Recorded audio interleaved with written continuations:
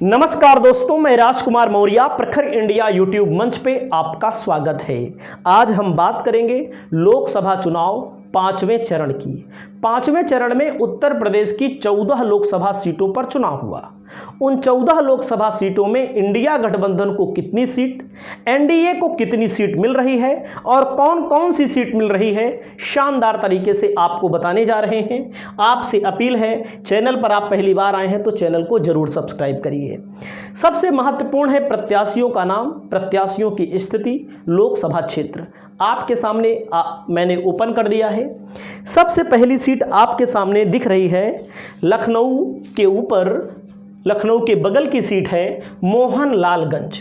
मोहनलालगंज जो सीट है, ये सीट सुरक्षित है, सुरक्षित सीट है। तो आप समझ सकते हैं यहाँ पर कौशल किशोर भारतीय जनता पार्टी से लगातार 2 बार चुनाव जीत चुके हैं। आर.के. चौधरी यहाँ पर चुनाव पहले हारे थे, बसपा से लड़े थे। राजेश कुमार यहाँ पर बसपा से इस बार लड़ रहे हैं। तो 2024 में त्रिकोणीय मुकाबला, लेकिन त्रिकोणीय मुकाबले में आप जान सकते हैं मेन मुकाबला सपा और भाजपा का है। तो हमारा जो अनुमान है, मैं आपको स्पष्ट कह दूं, ये अनुमान लगभग सत्य की ओर है। लड़ाई कांटे की है। यहाँ पर समाजवादी पार्टी के आर.के. चौधरी यहाँ पर चुनाव जीतने की कंडीशन में हैं, क्योंकि वर्तमान सांसद के खिलाफ एंटी इनकम्बेंसी चल रही है। तो यह सीट समाजवादी पार्टी के पाले में जा रही है। अगली सीट है लखनऊ की, राजनाथ सिंह भारतीय जनता पार्टी से, रविदास मेहरोत्रा समाजवादी पार्टी से, सरवर मलिक यहाँ पर बसपा से। मेन मुकाबला ठाकुर ब्राह्मण यानी कि रविदास मेहरोत्रा ब्राह्मण है। वर्तमान में लखनऊ की सीट से ही विधायक हैं। विधानसभा का जब चुनाव हुआ था तो समाजवादी पार्टी को लखनऊ लोकसभा के अंतर्गत आने वाली 5 सीटों में 2 विधायक प्राप्त हुए थे, यानी कि 2 विधायक समाजवादी पार्टी को मिले थे। तो यहाँ पर रविदास मेहरोत्रा कड़ी टक्कर देते हुए नजर आ रहे हैं। हालांकि समाजवादी पार्टी इस सीट को जीतने में कामयाब नहीं रही है अभी तक, लेकिन 2024 में टक्कर मिल रही है। इसको आप बीजेपी का ही मान लीजिए, यानी कि इस सीट को बीजेपी भले जीत ले, लेकिन रविदास मेहरोत्रा ने इस बार कहीं ना कहीं राजनाथ सिंह के लिए मुश्किल खड़ी कर दी है। रायबरेली की सीट दिनेश प्रताप सिंह और राहुल गांधी कांग्रेस के बीच हुई। बसपा ने यहाँ पर ठाकुर प्रसाद यादव को दे दिया और यहाँ यादव, मौर्य, दलित, ब्राह्मण, एक तरफा वोट यहाँ पर पड़ा हुआ है कांग्रेस की तरफ, एक तरफा वोट पड़ा है। कांग्रेस वास्तव में रायबरेली में रिकॉर्ड वोटों के मार्जिन से चुनाव जीतेगी। राहुल गांधी यहाँ से रिकॉर्ड वोटों के मार्जिन से, हालांकि 2019 में अमेठी से हारे थे, लेकिन अब की बार वो स्थिति नहीं है। राहुल गांधी यहाँ से चुनाव जीत रहे हैं।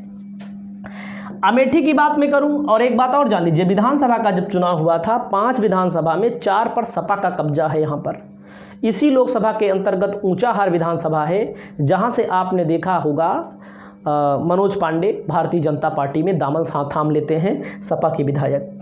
तो एक अदिति सिंह है, अदिति सिंह भी वर्तमान में जो चुनाव हुआ इसमें भाजपा की तरफ भले हैं, भाजपा की विधायक, केवल वही एक विधायक हैं भाजपा की। 6-7 हज़ार वोटों से चुनाव उन्होंने जीता था। समाजवादी पार्टी ने यादव कैंडिडेट दिया था वहाँ पर, तो अदिति सिंह चुनाव जीत गई थी। तो मैं आपको बता रहा हूँ कि उन्होंने भी कहीं ना कहीं एक किनारा किए रखा, मतलब कि वो सामंजस्य नहीं स्थापित हो पाया, और वहीं पर स्वामी प्रसाद मौर्य के बेटे कांग्रेस में शामिल हो गए। तो मौर्य आबादी यहाँ पर बहुत है, और तो इस सीट को कांग्रेस जीत रही है। अमेठी से स्मृति ईरानी ने टक्कर दी, के.एल. शर्मा ने स्मृति ईरानी को कड़ी टक्कर दी। कड़ी टक्कर में यह सीट स्मृति ईरानी हार रही हैं और नन्हे सिंह चौहान बसपा की तरफ थे। तो बसपा की तरफ से वीडियो भी वायरल हुआ है, आपने देखा होगा। बसपा के एजेंट का जब राजीव रंजन पूछ रहे हैं तो खुद बता दे रहे हैं बसपा नहीं है। बसपा मतलब कि उन एजेंट ने बोला, हालांकि उस एजेंट को बसपा वाले काफ़ी खरी खोटी भी सुना रहे हैं। तो के.एल. शर्मा यहाँ पर चुनाव इसलिए जीत रहे हैं, यहाँ जातीय समीकरण को तोड़ करके, जातीय समीकरण को तोड़ करके लोग वोट देते हैं। और राहुल गांधी यहाँ पर पहले लड़े थे, 50-55 हज़ार वोटों से हार गए थे। उनकी गलती भी रही कि चुनाव जीतने के बाद क्षेत्र में ना आना, लोगों की बात ना सुनना, ये उनको कहीं ना कहीं दिक्कत पैदा कर गई और चुनाव हार गए थे। तो अब की बार यहाँ पर सभी वर्ग के लोगों ने, ठाकुर मतदाता, ब्राह्मण मतदाता, मौर्य, यादव, दलित, ओबीसी, सब ने इकट्ठा वोट दिया है, मुस्लिम सहित सब लोग दिए हैं। जालौन में भानु प्रताप सिंह वर्मा वर्तमान के सांसद हैं। नारायण दास अहिरवार, सुरेश चंद्र गौतम। यहाँ पर दोनों के बीच कड़ी टक्कर है। कौन जीतेगा कौन हारेगा इसको मैं नहीं मान रहा हूँ, क्योंकि इस सीट पर बीजेपी का पलड़ा भारी लगता है हमको लगता है, बाकी आपको चाहे जो लगे। झांसी में अनुराग शर्मा और प्रदीप जैन आदित्य कांग्रेस की तरफ से चुनाव लड़े और रवि प्रकाश बसपा से लड़े। प्रदीप जैन आदित्य अनुराग शर्मा को कड़ी टक्कर देते हुए नजर आए। प्रदीप जैन आदित्य पूर्व में केंद्रीय मंत्री रहे हैं। 2009 में सांसदी का चुनाव यहां से जीता हुआ था इन्होंने। तो प्रदीप जैन आदित्य यहां पर समाजवादी पार्टी और इंडिया गठबंधन कांग्रेस की तरफ से चुनावी मैदान में थे और यहां पर प्रदीप जैन आदित्य की जीतने की संभावना बरकरार है। हमीरपुर से कुंवर पुष्पेंद्र सिंह, अजेंद्र सिंह राजपूत और निर्दोष कुमार दीक्षित, यहाँ पर दोनों ठाकुर हैं, आपको दिख रहा होगा।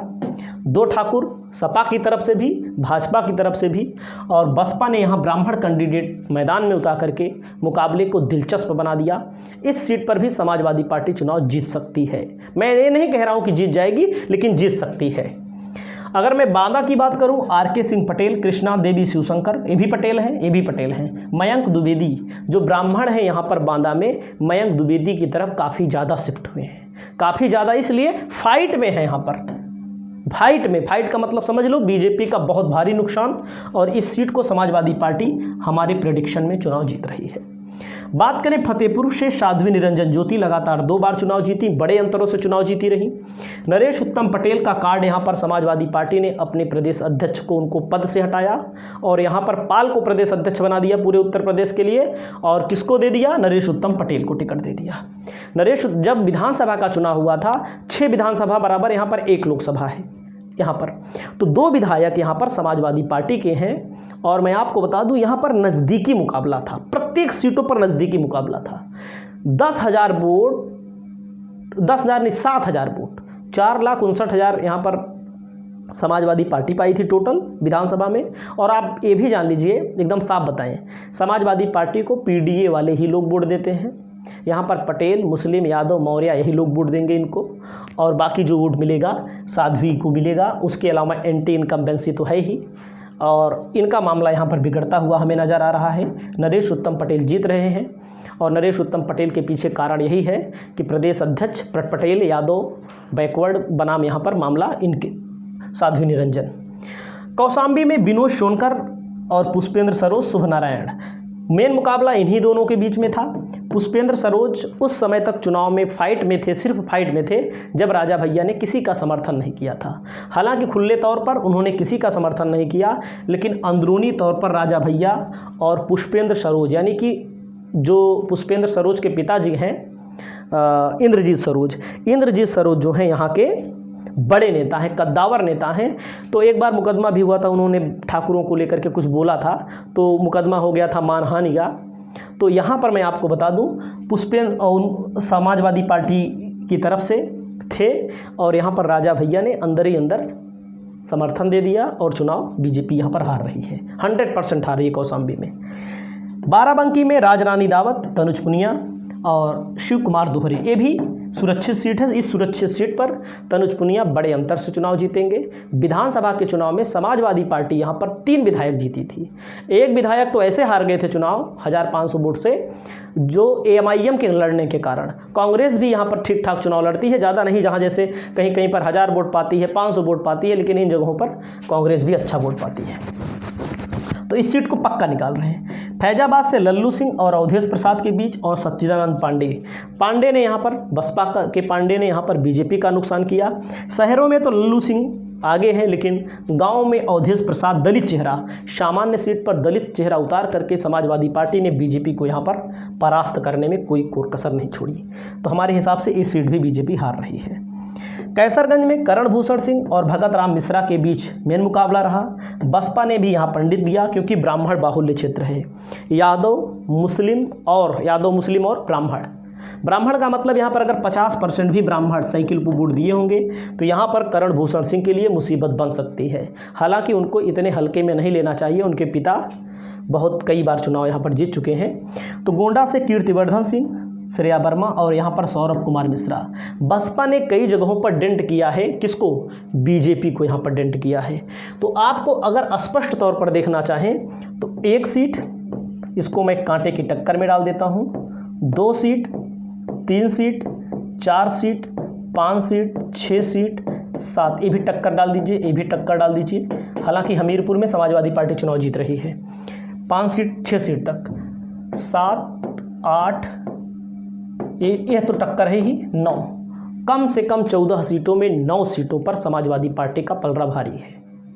आपकी जो भी राय हो आप अपनी राय बताइए। इस वीडियो में इतना ही। नमस्कार।